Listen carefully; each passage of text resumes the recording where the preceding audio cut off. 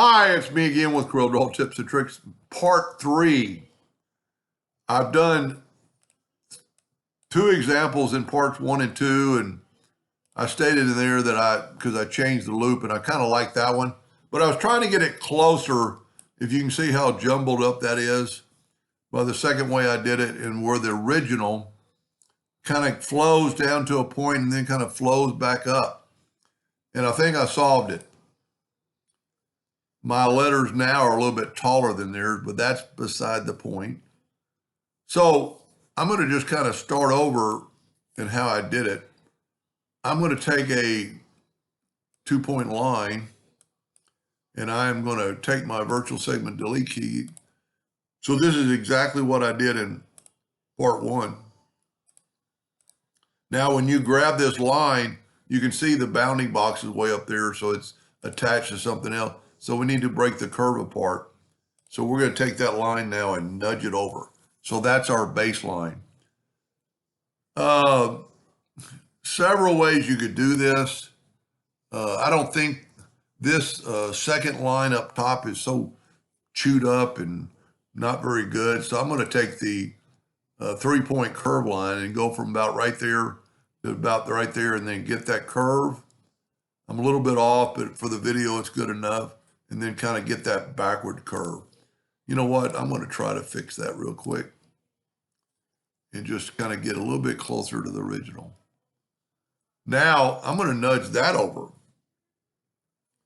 And if we Control D and make a duplicate while holding down the 2-sided cross or arrows, you get that right there. Now, you can't just have an angle like off here and expect it to go there. So if you look, mine is a little bit shorter than theirs. There's ways you could fix that, but I'm going to go and take a 2-point line. Instead of going here, I'm going to go straight down. Actually, hold down the control button. Got the wrong tool.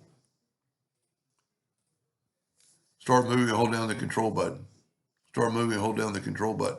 So now I've got this shape. Take the Smart Fill tool and fill it in. I almost didn't record my numbers. So I'm going to left click, right click, and I am going to go to Effects and Contour. I'm going to contour the inside with rounded corners, 0.05. Okay. Now, normally you would have to break that apart, but since I've got my contour tool right there, I can just fill in the first part. So I'm going to left click, right click. Well, I apologize. I don't have it written out. I should have had it written out.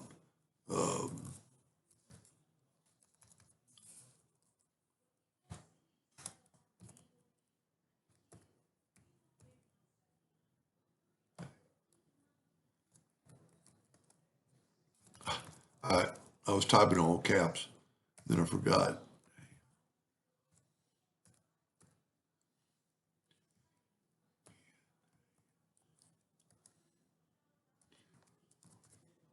Okay, we're going to make it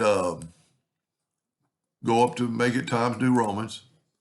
I'm actually going to stretch it out a little bit, but then I'm going to take my text tool and do like we did in part 1, and then make this like 16 points.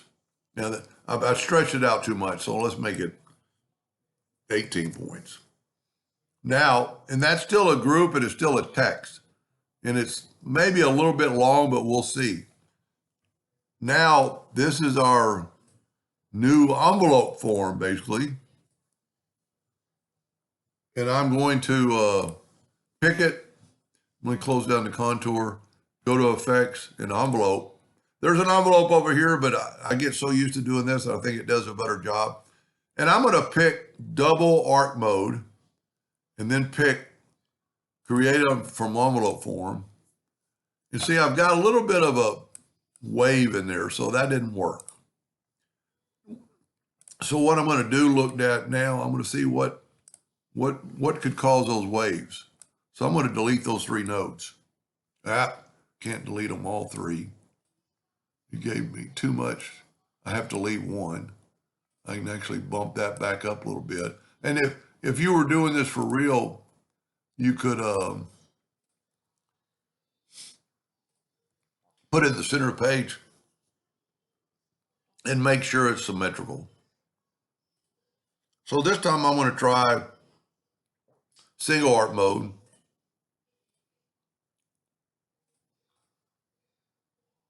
Well, what? There we go.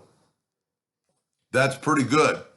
Now I'm going to shift select that, go EC, then grab my text and put it all the way back over to there. Of course, it's not on a, see if I can't just grab that text and move it down, and then take that text and move it over. Now we're a little bit tall of text, and but you know, once you're at this point, you can set your nudge factor like 0.01. Grab your text, and you could move it down just a little bit, make it more even. I think that is perfect. Anyway,